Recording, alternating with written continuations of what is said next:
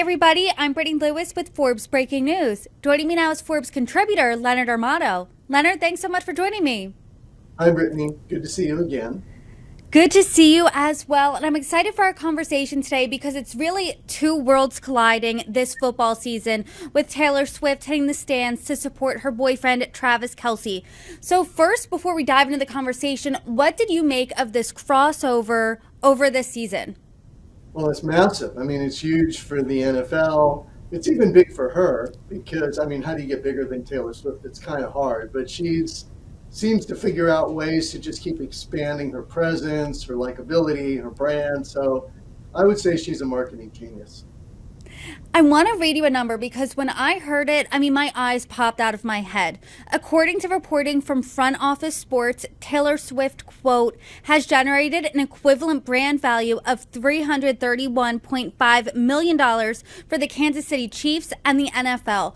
You said she was a marketing genius, so how exactly do you think she was able to do this? Well, I mean, her association with Kelce and the Chiefs is what does it, and she's the biggest star in the world, so that's the impact. I mean, I think their merchandise sales went up by 400%, the brand value went up tremendously, but if you think about it, viewership for all the NFL games are going up in a big way. In fact, people were predicting that this would be the biggest Super Bowl ever, because I don't know if you heard this, Brittany, but she's actually playing in a concert in Tokyo, Japan on Saturday night, and the Super Bowl's on Sunday. So everybody was predicting if she was going to be there or not. And I think the prevailing theory is that she will, in fact, be there because Japan's a whole day ahead. And she can finish her concert at midnight in Japan and get back by Saturday night in Las Vegas to be at the Super Bowl. So I think the odds are that Taylor Swift will be at the Super Bowl watching her boyfriend play. Yeah, that was fun to track that. Other things like the flight names going into Las Vegas are named kind of cheekily, giving a reference to Taylor Swift. And the scenes from the Chiefs AFC Championship game were really like straight out of a rom-com after, with her going down onto the field. So how good do you think Taylor Swift is for the NFL overall? I mean, she's amazing for the NFL. I mean, there's no question about it. I mean, and the stats don't lie. You already gave me a few stats as to how everything was up. You know, the value was up, the merchandise is up, viewership is up, everything is up. I think the fun part is to kind of fantasize about how scripted this really is. I mean, we could take a little trip down fantasy lane if you want, but that's sort of the fun thing to talk about. No, absolutely. And that's what I was going to get to next, because really some NFL Taylor Swift conspiracy theories have been emerging over the last weeks as we head into the Super Bowl. Can you tell us what they are? Well, there's a whole bunch of fun theories. And first of all, let me just start by saying this. I don't believe that anything involving the outcome of an NFL game is ever, ever, ever scripted. I think that leagues have too much on the line in terms of preserving their integrity. And I've been around commissioners of leagues for a long time, and there's no way they ever want to have the outcome of the game be predetermined, because sports is the ultimate, let's call it, reality, and people want to see the team that they love win based on something that is not predetermined. There's no question. So just understand I don't believe that. But as far as the relationship with Taylor Swift and Kelce goes, it's kind of fun to think about. Well, maybe she got together with Roger Goodell and thought, maybe if I dated a football player, that might be good for my brand. And he thought, well, it'd be good for my brand if the biggest star in the world were dating a football player. And they figured out that Kelce was the perfect vehicle to do that. But the truth is, I think that they really do like each other. I think they did secretly date to make sure they really liked each other before their coming out party. But I think that Taylor Swift is such a brilliant marketer. She did the coming out party in a very strategic way. Sit next to the mom, in the box, the camera pans to her, wait for your boyfriend after the game, show support. I'm dating a football hero. My Swifties will love that. So I think it's all kind of fun. Definitely. And it's the all-American story, really. She's America's sweetheart, dating a star in the NFL. You couldn't write a movie better than this. And something that I really like looking at social media is seeing all of these videos with little girls suddenly being interested in football because of Taylor Swift, watching with their dad.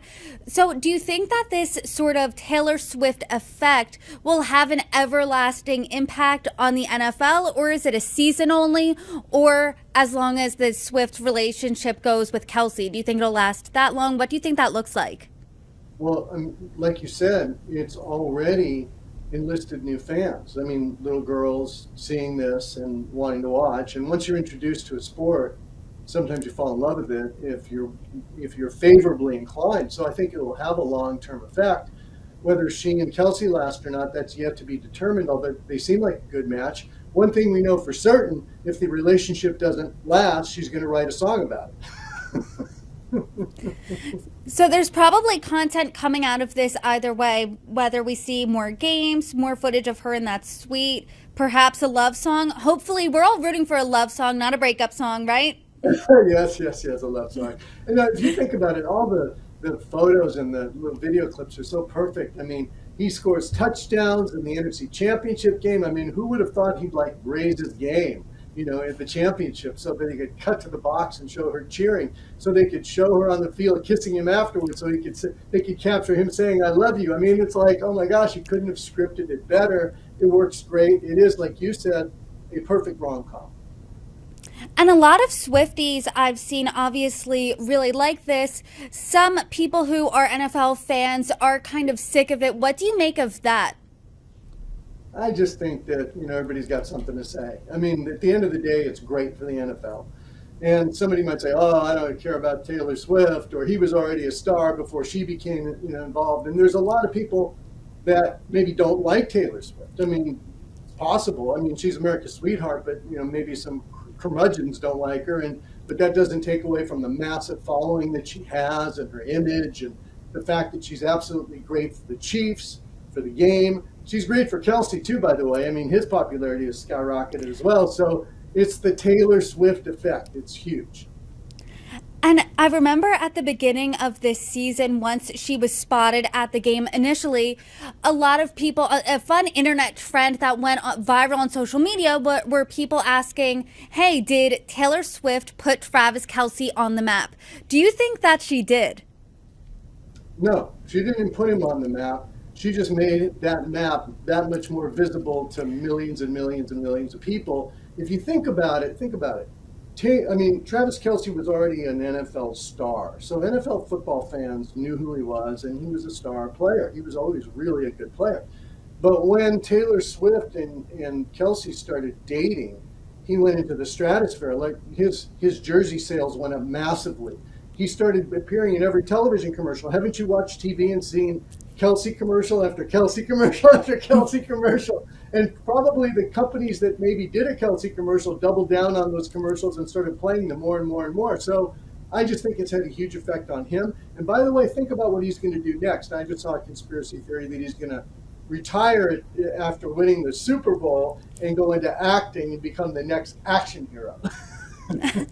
Well, what do you think about the Super Bowl? It is coming up. Any predictions there? What can we look out for?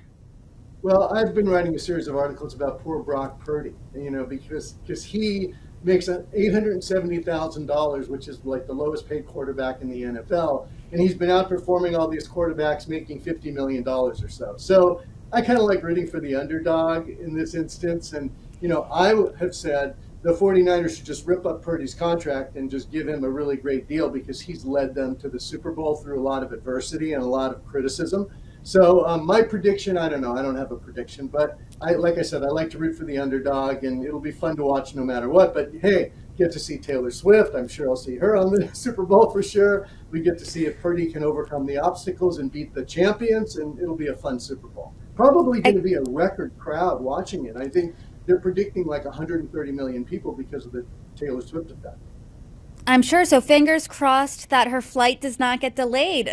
Leonard Armato, thank you so much. Because she has her own private jet and she can take off anytime she wants.